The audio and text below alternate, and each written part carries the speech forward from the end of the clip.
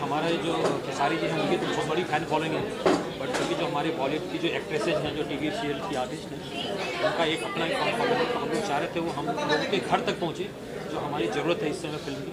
तो हमने इसके लिए प्लान किया कि हम लोग फिल्म में कास्ट करें कि हम लोगों ने क्यों कास्ट की बाइफर्केशन क्यों रखा इस तरह का। हाँ, जो सर बोले मेन बात वही है कि भोजपुरी को सिर्फ भोजपुरी तक सीमित नहीं रखा जाए, थोड़ा सा आपको और बढ़ाना है तो कुछ और लोगों को जोड़ना ही पड़ेगा। तो यही मकसद था और हम लोगों ने कुछ ऐसे नहीं कि किसी को भी जोड़ लिया, जो डिज़र्विंग कैंडिडेट थे वही हमारे फिल्म के साथ एज ए आर्टिस्ट हो, एज ए टेक्नीशियन हो, वही जुड़े हैं। आलोक दे का नाम सब जानते ही होंगे, जो साउंड इंजीनियर कितने बड़े हैं। तो उनको हम अगर अपने साथ जोड़ रहे हैं तो इसका पीछे हमारा मकसद है कि भोजपुरी का साउंड हमेशा इन्फीरियर कहा जाता था, कि भोजपुरी की साउंड क्वालिटी वैसी नहीं है कि 5.1 पे सुन के वो मज़ा आए। तो इस बार जो भी भोजपुरी दर्शकों से मेरी निवेदन है, इस फिल्म को जब देखेंगे तो जो हिंदी का साउंड क्वालिटी मिलता है सेम साउंड क्वालिटी उनको मिलेगा। और बाकी आप अभी देखे ही, आप लोग से मुखातिब हुई, चाहे डायना खान हो, चाहे रति पांडे हो, चाहे अमिताभ भट्टाचार्य हो, ये each and every one deserving the best, that's why they were in our films.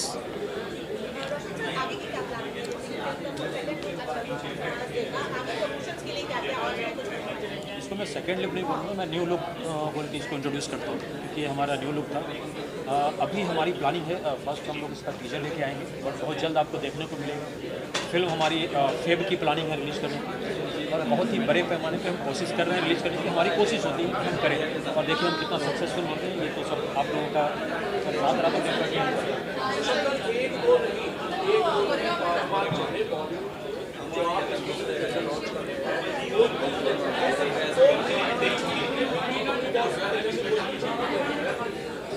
चूँकि मैं भोजपुरी से हूँ, हमने यहाँ बहुत काम किया है। सो एक रिस्पॉन्सिबिलिटी बनती है, अगर आप एक जैसे हम कहीं रहते हैं तो हमारे लिए कहा जाता है कि एक रिस्पॉन्सिबल सिटीज़न होता है। सो अगर मैं हूँ यहाँ तो मैं एक रिस्पॉन्सिबिलिटी लेता हूँ अपनी लैंग्वेज की, और मैं उसको कोशिश करता हूँ कि मैं इन लोगों तक पहुँचा पाऊँ। क्योंकि आज हमारे पास क्या प्रॉब्लम हो गई है आप अगर देखेंगे, सो जो थिएटर है, हमारे थिएटर हैं, लोग हैं हमारे पास, बट जो लोग नहीं हैं उन्हें हमें थिएटर में लाने की कोशिश करनी है, और मैं यही कोशिश करने की कोशिश कर रहा हूँ।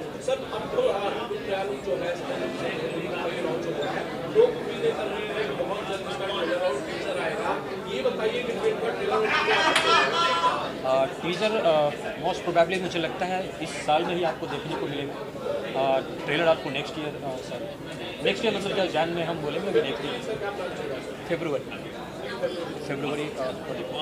इसके अलावा पेट्रोलियम फिल्म है, तो एज अ प्रोड्यूसर कितना बड़ा चैलेंज था कि लोगों के सामने मतलब वो चीज़ें आए जो लोग नहीं देख पाते, जो सरहद पर आर्मी के लोग करके आ सकते। इसके लिए बेटर रहेगा प्रेमांशु जी इसका जवाब देंगे, क्योंकि ये पैट्रियोटिक। हाँ, तो मैं ये बताना चाहूँगा कि रंग दे बसंती ओनली पेट्रियोटिक फिल्म नहीं है, ये एक पारिवारिक पृष्ठभूमि पर पनपती एक देशभक्ति फिल्म कह सकते हैं, एक जोश वाला। वन लाइन में ये कहानी है कि फौज का नौकरी कोई पेशा नहीं, एक पैशन है। सिर्फ चंद पैसों के लिए कोई फौज की नौकरी नहीं कर सकता है। अब ये छोटी सी एक थ्रेट को हमने किस तरह से इमोशनली और पारिवारिक और गाने बजाने के साथ जुड़ा है इस कहानी को, वो कहती है हमारी रंग दे बसंती। तो आउट एंड आउट ओनली देशभक्ति फिल्म डेफिनेटली ये नहीं है, इसमें देशभक्ति के अलावा भी बहुत सारे रंग देखने को मिलेंगे। गाने बजाने की बात की है तो इसके अंदर बॉलीवुड से दिग्गज सिंगरों ने गाया है, कैलाश खेर की आवाज़ इसमें शायद होने वाली है, दिलेर मेहंदी की आवाज़ होने वाली है, तो क्या कुछ बोलना चाहेंगे? हाँ, इसमें एक गाने हैं जो राम जी की जय, वो दिलेर पाजी ने गाया है। एक गाना है वो जिसको रीचा शर्मा ने गाई है। एक कैलाश खेर साहब ने टाइटल ट्रैक गाया है। तो तमाम म्यूजिकली भी, और मैं वही बता रहा हूँ, ऑडियो वाइज जो क्वालिटी इस बार भोजपुरी में दिखेगी वो डिफरेंट लेवल पे रहेगा, ये तो डेफिनेट है। इसमें कोई शक की गुंजाइश नहीं है कि इसका ऑडियो क्वालिटी हिंदी से पैरेलल टू हिंदी रहेगा। Thank you so much.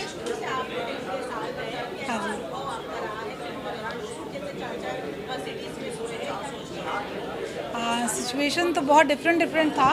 First हमने कश्मीर में शूट किया जहाँ काफ़ी कूल वेदर था, उसके बाद हम आजमगढ़ में शूट किया जो काफ़ी हॉट टेम्परेचर था। तो बहुत परिस्थितियों से गुजर के हमारी फिल्म आई है, और शायद आप लोग जब देखोगे तो पसंद लगेगा कि हमने कितने स्ट्रगल किए हैं इस फिल्म को बनाने में। और सर का काफ़ी मेहनत सर ने इस फिल्म पे किया है, जो ऑडियंस को काफ़ी पसंद आएगी, वही सोच के हमने आगे बना रहे हैं।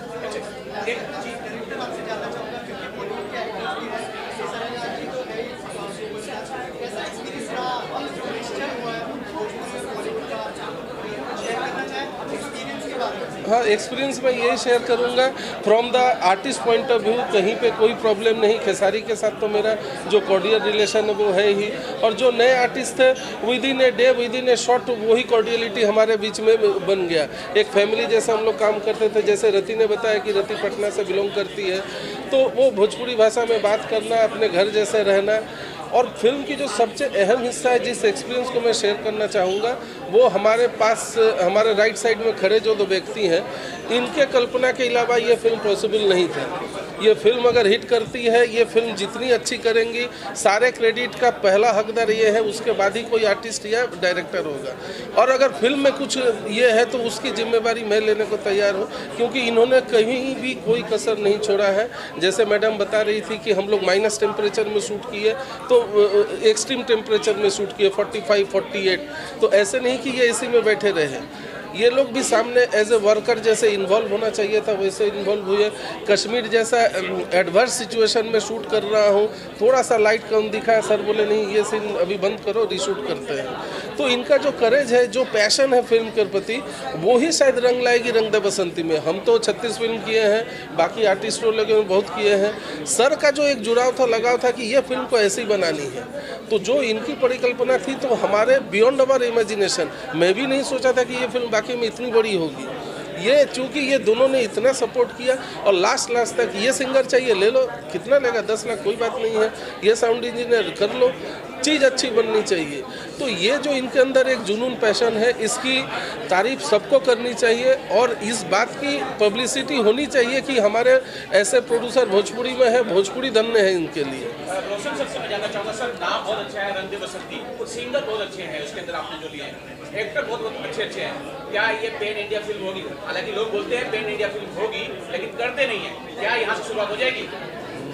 पैन इंडिया भोजपुरी लैंग्वेज में ही पैन इंडिया होगी ये फिल्म। चूँकि आप लोगों ने देखा, जो हमने पहले भी कोशिश की है करने की, रिलीज़ करने की कोशिश की है, जहाँ हम नहीं पहुँच पा रहे हैं वहाँ करने की कोशिश की है। इसमें हम पूरी कोशिश करेंगे, और इवन इसमें हमारी पूरी टीम सपोर्ट कर रही है, और डेफिनेटली हम ट्राई कर रहे हैं। आखिर में क्या मैसेज देना चाहेंगे ऑडियंस को जो देख रही है, बहुत जल्दी फिल्म भी देखने वाली है, इनके लिए क्या कहना चाहेंगे? आप लोग फिल्म देखिए। हम लोग बहुत मेहनत से फिल्म बनाते हैं। मैं ये नहीं कहूँगा कि ये पारिवारिक फिल्म है, क्योंकि हर फिल्म पारिवारिक ही हो रही होती है, और सभी लोग बोलते हैं अच्छी फिल्म है। आप लोग आइए और देखिए और एंजॉय कीजिए इस फिल्म। सारे दर्शकों से मेरी भी अपील है, ऐसे प्रोड्यूसर नहीं मिलेंगे बार बार। इस फिल्म को हौसला अफजाई करने के लिए, इनकी हौसला अफजाई करने के लिए ये फिल्म को ज़रूर थिएटर में आइए, मल्टीप्लेक्स में आइए, ज़्यादा तादाद में आइए, ताकि हम ऐसे ही बड़ी फिल्में बनाते रहें। और नहीं तो फिर तो बाकी आप टीवी देखना चाहेंगे तो आपकी मर्जी। अगर ये रंग दे बसंती को चलानी है, भोजपुरी को आगे बढ़ानी है, तो डेफिनेटली रोशन जी को सराहना पड़ेगा, रंग दे बसंती को देखना पड़ेगा। नमस्कार। Thank you. सभी से यही अनुरोध करूँगी कि आप लोग इस फिल्म को देखें, और कोशिश तो सबने मिलकर बहुत अच्छी की है। अब कोशिश का मतलब आप लोग ही बता सकते हैं कि हमने कोशिश की है वो अच्छी है, बुरी है, कैसी है। तो आप लोग देखें और इसको प्यार दें। Thank you so much. मैं तो बहुत ज़्यादा एक्साइटेड हूँ। जैसे मैं स्टेज पर आई, मैंने कहा कि ये मेरा सपना था, ये मेरी दिली ख्वाहिश थी कि मैं अपने प्रांत के लिए एक मूवी तो ज़रूर करूँ। और जैसे कि मुझे 7 लैंग्वेजेस आते हैं, एंड भोजपुरी तो मेरी मतलब क्या बोले, हमारी ही लैंग्वेज है। तो मेरी काफ़ी टाइम से ख्वाहिश थी कि मैं भोजपुरी करूं, और जब मुझे रंग दे बसंती जैसा सब्जेक्ट मिला, I was looking forward to for such subject जहाँ पे मैं अपना परफॉर्मेंस दिखा सकूं। एंड लकीली रंग दे बसंती एक ऐसी मूवी है भोजपुरी में जो कि जिसमें परफॉर्मेंस ओरिएंटेड कैरेक्टर मुझे मिला है, जहाँ पर मेरे आप मैं बताऊंगी नहीं, बट बहुत सारे अच्छे परफॉर्मेंस ओरिएंटेड सीन्स हैं मुझे करने को मिला। And I am really overwhelm कि मेरी जो लॉन्च हो रही है मेरे प्रांत में, मेरी भोजपुरी इंडस्ट्री में, वो इस प्रोजेक्ट से हो रही है। सो इससे बड़ी चीज़ और कुछ नहीं हो सकती, because the makers are so good. क्योंकि मैं बहुत स्केप्टिकल थी भोजपुरी फिल्म का नाम सुन के कि भाई पता नहीं क्या बना रहे होंगे, but when they narrated me the story, the whole cast and crew के बारे में जब when they showed me the songs they shoot, जिस तरह के गाने बन रहे हैं, तो आई सेड कि मैं I was really installed and overwhelmed कि भाई इस तरह के भी गाने बनते हैं क्या, क्योंकि हम लोग कभी सुनते नहीं थे। So I am feeling very special to be a part of this movie.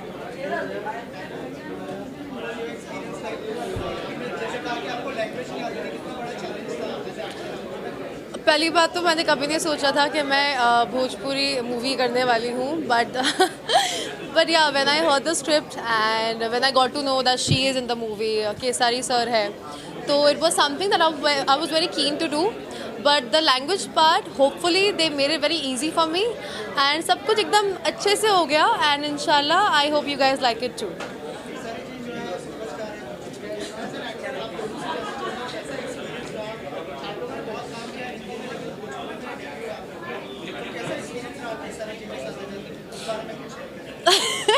दोनों के अलग अलग एक्सपीरियंसेस हैं। फॉर मी वो बहुत ही मस्त और एकदम चिल्ड आउट, नो स्ट्रेस, एकदम बहुत ही अच्छा मेरा एक्सपीरियंस रहा है। हम सिर्फ जोक्स ट्रैक करते रहते थे, बट हाँ ऑब्वियसली जब सीन्स करते हैं तो वो बहुत सीरियस भी हो जाते हैं, बट अदरवाइज़ बहुत सुपर्ब था, मेरे को तो बहुत मज़ा आया। मेरे लिए मैं कहूँगी कि मेरा घर जैसा ही मुझे बहुत फील हुआ, बिकॉज़ मैं हिंदी इंडस्ट्री से ज़रूर हूँ और हम लोगों ने काम भी बहुत अलग तरीके का किया है, बट ये जैसे मेरे माँ बाप की लैंग्वेज है, मैं उस प्रांत की हूँ, तो मुझे बिल्कुल भी फील नहीं हुआ कि मैं बाहर हूँ। मुझे लग रहा था कि मैं घर के अंदर ही हूँ और काफ़ी फैमिली वाली फीलिंग आती है because we are familiar with the language, तो काफ़ी कंफर्टेबल था। बिल्कुल भी मुझे फील नहीं हुआ कि मेरा फर्स्ट एक्सपीरियंस है या कह सकते हैं, because they are so comfortable to work with, हंसी मजाक करते रहते हैं। केसारी जी तो अपने आप में ही मतलब एक एंटरटेनमेंट पैकेज है, तो बड़ा मज़ा आता था। बट वही है कि हम लोगों ने काफ़ी वेदर सिचुएशंस जो हम लोग गुजरे हैं, मतलब बहुत गर्मी अदर इतने एक्सट्रीम वेदर के से हम लोग गुजरे हैं। कश्मीर में शूट करके, फिर आजमगढ़ में हम लोगों ने बहुत गर्मी में शूट किया है। सो क्लाइमेट कंडीशंस ऐसे थे कि बहुत ही मतलब हमारा टॉलरेंस लेवल बहुत ही टेस्ट किया गया उस वक्त। So it was fun to work with everyone.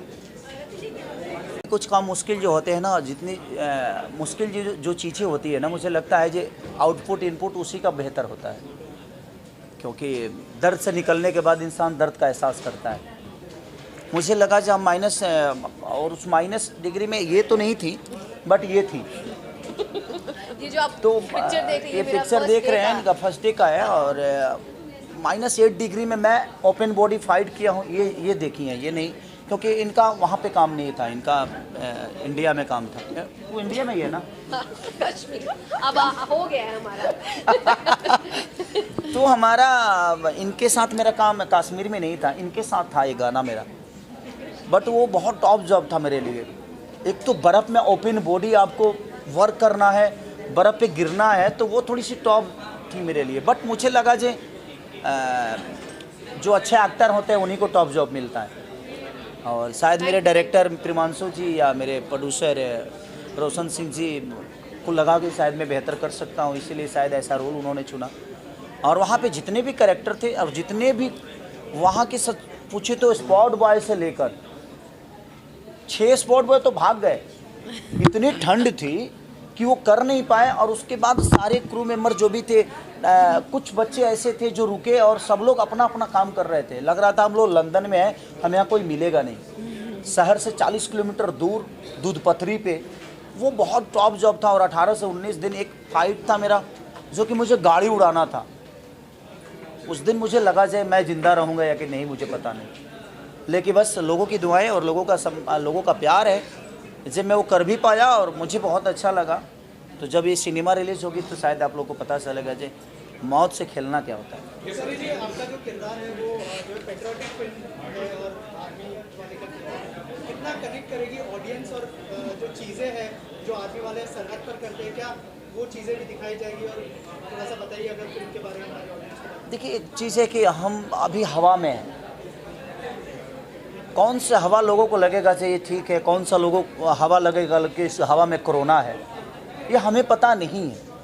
हम एक बेहतर काम करने के लिए कोशिश कर सकते हैं, बाकी ऑडियंस को क्या बेहतर लगेगी क्या नहीं लगेगी अभी हमें पता नहीं है, बट उनके बेहतर के लिए ही हमने की। हमारी कोशिश है यही कि हम चाहे वो धूप हो, चाहे वो जाड़ा हो या ठंडी हो, गर्मी हो या बरसात हो, हम एक एज ए एक्टर हमारी जो हमें जिस काम के लिए चुना जाता है, चाहे वो मैं हूँ, रति जी हो या डायना जी हो, चाहे एवरीथिंग, जितने भी हमारे आर्टिस्ट हमारे साथ काम वर्क किए हैं, सब ने अपना 110% दिया है। किसी ने, और चाहे वो टेक्नीशियन हो, चाहे स्पॉट बॉय से लेकर हर वो आदमी, ऐसे मुझे लगता है कि प्रोड्यूसर तक मेरे साथ उस ठंड में शर्मिला दीदी और रोशन सिंह जी लगातार खड़े रहे। जबकि एक प्रोड्यूसर पैसा खर्चा कर रहे कि यार तुम लोग काम करो, हम होटल में हैं या इतना ठंडा में नहीं रह सकते, लेकिन उसके बावजूद जो चैलेंज था वो वेदर एंड क्लाइमेट चैलेंज हाँ, था, गर्म और ठंड भी, दोनों चीज़ें हम लोगों को बहुत परेशान किया। कश्मीर वाला और कट्टू उसका उल्टा था जब हम लोग वहाँ पे शूट किए आजमगढ़ में। ये मोहतरमा, इनको तो बाप रे, इनको तो लगता था कि धरती का सारा गर्मी इन्हीं को लग रहा है। 5 मिनट नहीं होता था भाई, इनको तो मेकअप लगता नहीं। पर सबसे पहले तो इनके बारे में आपको बता दूं, भगवान ने इनको आखिरी बनाया है या फर्स्ट बनाया, फर्स्ट कॉपी है या आखिरी है पता नहीं। इनको मुझे सुंदर दिखाने के पकड़ में इनको डल करना पड़ता था। अब इनको ज़्यादा कुछ भी लाइट लगता था ना भाई, मैं पूरी सिनेमा में सुंदर नहीं दिखा। इनके साथ जितना भी मेरा सीन होगा मैं सुंदर दिखा ही नहीं। रीज़न कि अगर लाइट लगा दोगे तो यार उससे भी कई गुना ज़्यादा सुंदर लगती हैं। हाँ, इनके साथ मेरा मैच हो गया है क्योंकि हम दोनों का कलर सेम है, ये डिफरेंट है। तो दोनों जगह मुझे बहुत थोड़ा सा कष्ट हुआ कि एक जगह मैं बिल्कुल डल दिखा हूँ जो सबसे सुंदर हॉट लड़की है, एक जगह जो घर में को क्या बोलते हैं फैमिलियर जो लड़कियां होती हैं, इनके सामने मैं मैच कर गया हूँ। मतलब हम लोग मैच्ड हैं एकदम। हम मैच हैं, बट इनके सामने मैच करना मेरे लिए नहीं, मेरे लिए पता नहीं क्या था, बट मेरे डायरेक्टर और मेरे डीओपी के लिए बहुत टॉप जॉब था कि मेरा डीओपी कहाँ से खेसारी को दे दूँ लाइट, कहाँ से डायना का कम कर दूँ। कम से कम एक सीन के लिए 1 घंटा लाइटिंग होता था इनके लिए, क्योंकि इनको थोड़ा सा भी लाइट लगता था तो ये एकदम डायरेक्ट मैदा का बोरी लगती थी और वो बहुत ज़्यादा गोरी हो जाती थी, तो वो थोड़ा सा मैदा की बोरी समझ रही हूँ। हाँ, ठीक बात। मैं ये जानना चाहता हूँ, ये देशभक्ति फिल्म है, आप दिख रहे हैं अच्छे खासे, और इसमें जूनियर खेसारी जी हैं, क्या कुछ बोलना चाहेंगे, कितना प्राउड फील होता है? देखिए, प्राउड फील तो तब होगा जब वो अपने दम पे कुछ करेगा। मुझे प्राउड अपने बच्चों पे तब होगा, और किसी भी बाप को अपने बच्चों पे प्राउड तभी होना चाहिए जब वो अपने दम पे कुछ करेगा। अभी तो ऋषभ मेरे बदौलत यहाँ आया और उसका मोटो एक्टिंग नहीं है, और मैं कभी अपने बच्चों पे चाहे किसी भी, मैं सब जितने भी पेरेंट्स हैं मैं सबसे यही कहना चाहूँगा कि आप अपने सपने को ना अपने बच्चों में मत ढूंढिए, उसको जो बनना होगा वो बन जाएगा। मेरे पापा मेरे को लिट्टी चोखा बेचवा रहे थे, लेकिन मैं यहाँ तक पहुँचा और मैं अपने जीवन को अलग लेके गया। तो ज़िंदगी में अपने बच्चों पे अपने सपने को मत थोपिए, और मैं भी अपने बच्चों पे अपने सपनों को नहीं थोपता। उसको जो बनना होगा वो बन जाएगा भाई, हमें जो बनना था हम बने, उसको जो बनना होगा वो बनेगा। तो हम अभी 6 साल का बच्चा है, वो अपने सपने को अभी से थोप दे कि तुमको यही बनना है, वो डिप्रेशन में अपनी ज़िंदगी नहीं जी पाएगा। इसलिए मुझे लगता है कि उसको जो बनना होगा बनेगा। अब उसका सपना अगर एक्टिंग है तो एक्टिंग करेगा। मेरा कोई सपना नहीं है कि मेरा बेटा क्या बनेगा, मुझे जो बनना था बना, उसकी अपनी रिस्पॉन्सिबिलिटी है, उसकी भी फैमिली आएगी, उसका भी अपना साम्राज्य होगा, वो जो बनना होगा बने भाई। उसके लिए जो करना है मैं कर रहा हूँ, इसके अलावा कुछ नहीं।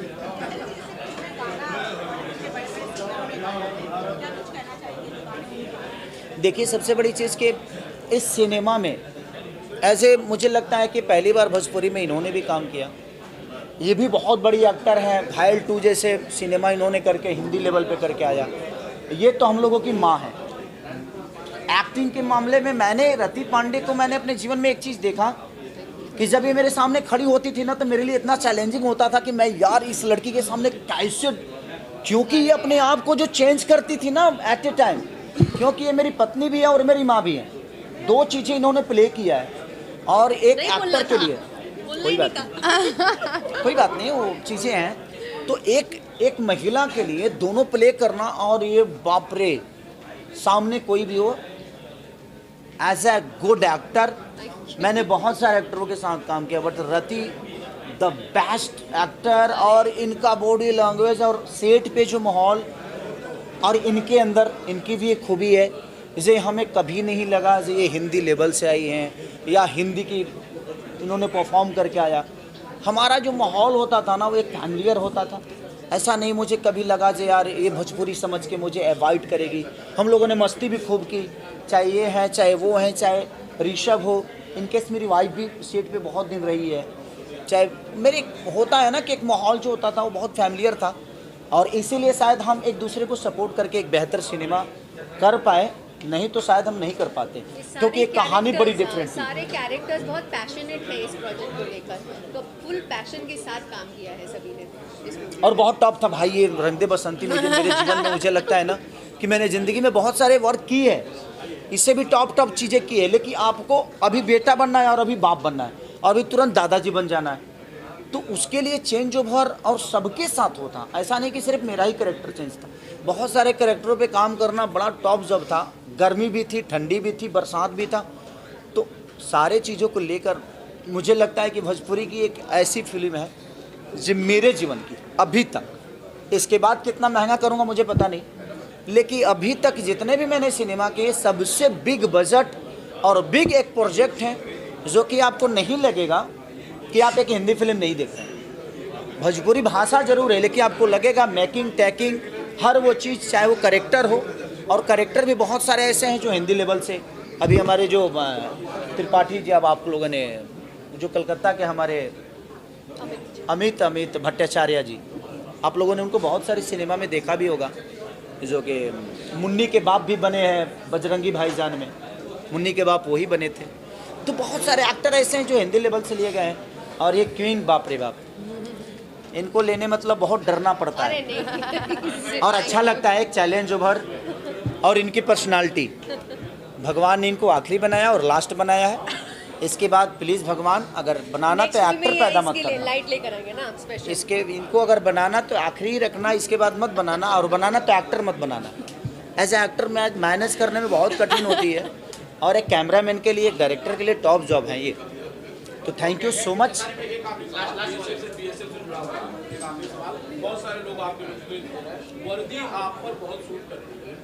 मेरे पे क्या शूट नहीं करता वो बता दीजिए। एक बात बताएं आपसे, अगर आपके अंदर एक्ट होना, आपके अंदर वो भावना होना, जज्बा होना, तो दुनिया की हर वो चीज़ आप पे शूट करेगी। मुझे लगता है एज ए एक्टर, मैं ऐसा नहीं कि वर्दी मेरे पे शूट करती है। मेरा पहला टीजर आएगा तो आप देखना, उसमें आपको लगेगा जिस भाई आप में यही शूट करता है। तो ज़िंदगी में हमें जो मिला है, मुझे लगता है कि हमारी अपनी खुद की ज़िंदगी कोई होती नहीं है। हमारी ज़िंदगी जो है एज ए एक्टर, हर आदमी की ज़िंदगी, मुझे अनंत त्रिपाठी की ज़िंदगी जीना पड़ता है, हमें पूजा की ज़िंदगी जीनी पड़ती है, हमें डायना की ज़िंदगी जीनी पड़ती है। तो एज ए एक्टर मुझे लगता है कि हमारी कोई अपनी पर्सनल ज़िंदगी है नहीं। हमारी जो ज़िंदगी है वो एक आम इंसान की ज़िंदगी है। जो मुझे कैरेक्टर प्ले करने को मिलता है, अगर मैं वही नहीं कर पाया तो मुझे नहीं लगता है कि मैं एज ए एक्टर कहीं फिट हूँ और मुझे करना चाहिए, मुझे नहीं करना चाहिए। अगर एक ही टाइप का मुझे रोल करना चाहिए तो एज ए मैं एक्टर ठीक नहीं हुआ, तो फिर मुझे एक ही टाइप का कोई, उससे अच्छा किसानी कर लूँ मैं लोगों को क्यों बैकूफ बनाऊँ? क्योंकि एक आदमी ही ज़िंदगी को नहीं चला सकता है। एक मंत्रालय में देखिए, अमित शाह जी भी हैं, मोदी जी भी हैं, गडकरी जी भी हैं, तो हर मंत्रालय का अलग अलग, और ये एक्टर को हर मंत्रालय प्ले करना हो तो जो हर मंत्रालय प्ले कर सके उसी को एक्टर बनना चाहिए। अदरवाइज नहीं तो मुझे लगता है कि तुम ठेला लगाओ यार और दूध बेचते रहो, काम सब अरमूद बेचो, कोई मतलब नहीं। और जब हम फिल्म करते हैं, फौजी के किरदार करते हैं, तो मुझे लगता है फौज के लिए रिस्पेक्ट अपने अंदर और ज़्यादा बढ़ जाती है। बिल्कुल बढ़ जाती है महाराज।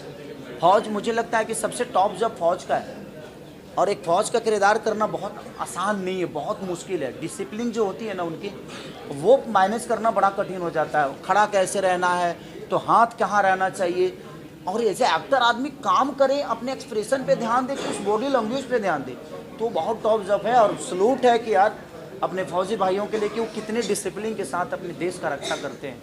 डिसिप्लिन के साथ देश का रक्षा करना, और वही रिस्पॉन्सिबिलिटी हमारे अंदर आती है कि डिसिप्लिन के साथ हमें एक्टिंग करना होता है। तो टॉप तो है हमारे लिए, क्योंकि हमें 24 घंटा वहाँ नहीं रहना, और 24 घंटा हम उस मानसिकता में नहीं होते, लेकिन कुछ पल के लिए ही अपने आप में डिसिप्लिन लाना वो बड़ा टॉप जॉब होता है, किसी चीज़ के लिए भी, किसी के लिए भी। उसकी ढेर सारी शुभकामना, और नए साल की ढेर सारी शुभकामनाएं। इस चैनल के देखने वाले जितने भी श्रोता हैं, सबको नए साल की ढेर सारी शुभकामना।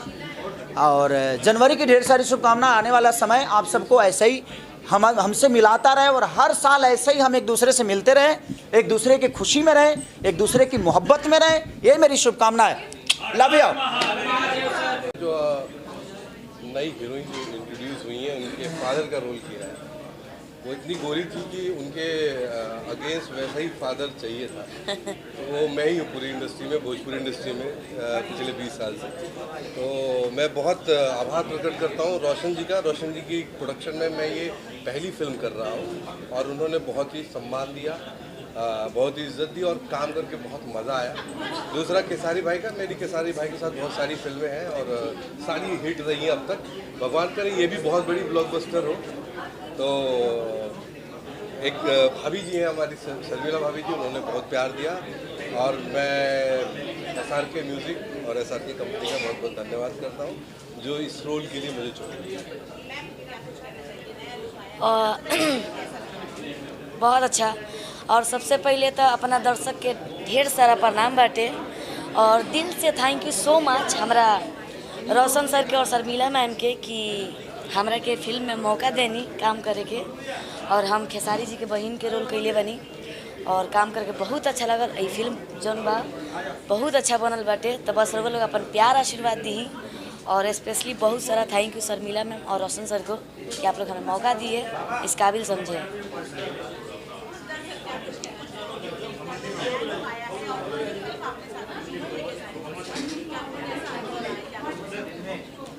खेसारी जी के साथ काम करके मैं बहुत अच्छा। सबसे पहले तो मैं रंग दे बसंती के लिए बधाई। तो बहुत अच्छा ये लुक है। इससे पहले भी आया, आप लोग देखी होंगी बाहर, वो घंटे वाला जो है वो भी फर्स्ट जो आया था पोस्टर भी बहुत अच्छा है, उससे बेटर ये भी है।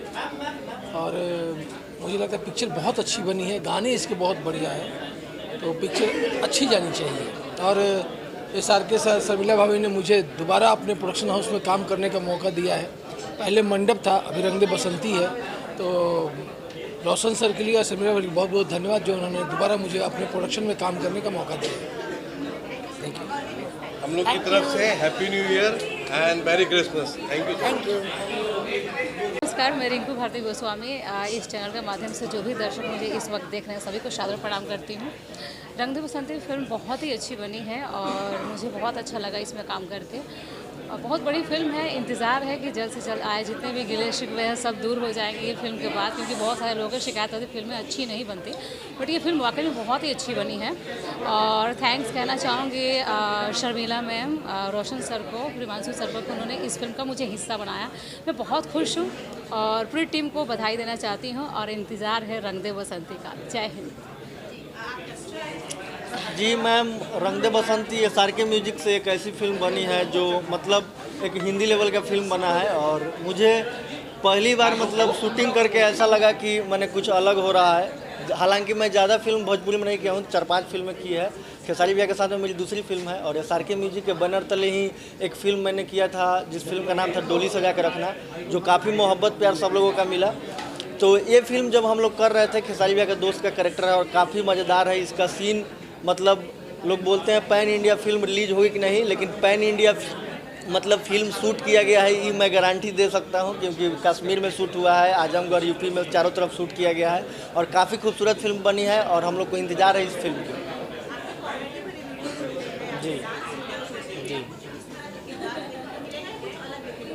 नहीं, इस फिल्म में पूरा कॉमेडी बेस्ड फिल्म नहीं है, तो देशभक्ति फिल्म है, कुछ एक्शन फिल्म है, मतलब स्टोरी वाला फिल्म है। तो इस पर मेरा कॉमेडी वॉमेडी ज़्यादा नहीं है, लेकिन एक दोस्त का कैरेक्टर कुछ सीरियस रोल में भी आपको देखने को मिलेगा। दर्शकों से यही बोलेंगे कि बहुत जल्द आप सबके नज़दीकी सिनेमा घर में फिल्म आएगी, तो प्लीज़ आप लोग सिनेमा घर में जाके फिल्म देखिएगा ताकि सारे लोगों का मनोबल बढ़ेगा, क्योंकि सिनेमा हॉल में आप लोग फिल्म देखेंगे तो उससे ज़्यादा बेनिफिट होगी और लोग इतने बड़े कैनवास की फिल्में बनाएंगे तो अच्छा लगेगा फिल्म। Thank you. को सबसे पहले मैं समर चतुर्वेदी प्रणाम करता हूँ जी।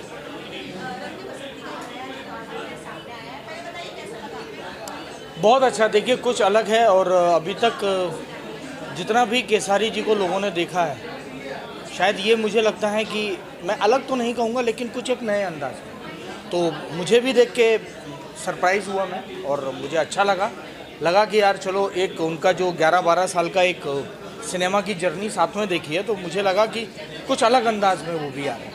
समर जी, आपका क्या किरदार है फिल्म में? ये मैं नहीं बताऊंगा, ये कब बताएंगे? ये फिल्म जब आएगी तब देखिएगा, क्योंकि अगर मैं अभी बता दूंगा तो बहुत कुछ पता चल जाएगा। मैं हूँ, बस ये पता है कि मैं हूँ। लेकिन आप अगर बताएंगे सबको तो आप, मुझे लगता है कि लोगों की क्यूरियोसिटी बढ़ेगी। देखिए, जवान पिक्चर में संजय दत्त थे, किसी को पता था? जब देखने गए तभी पता चला ना। तो आप संजय दत्त बनने की राह पे हैं? कह सकते हैं, बनने में क्या बुराई है।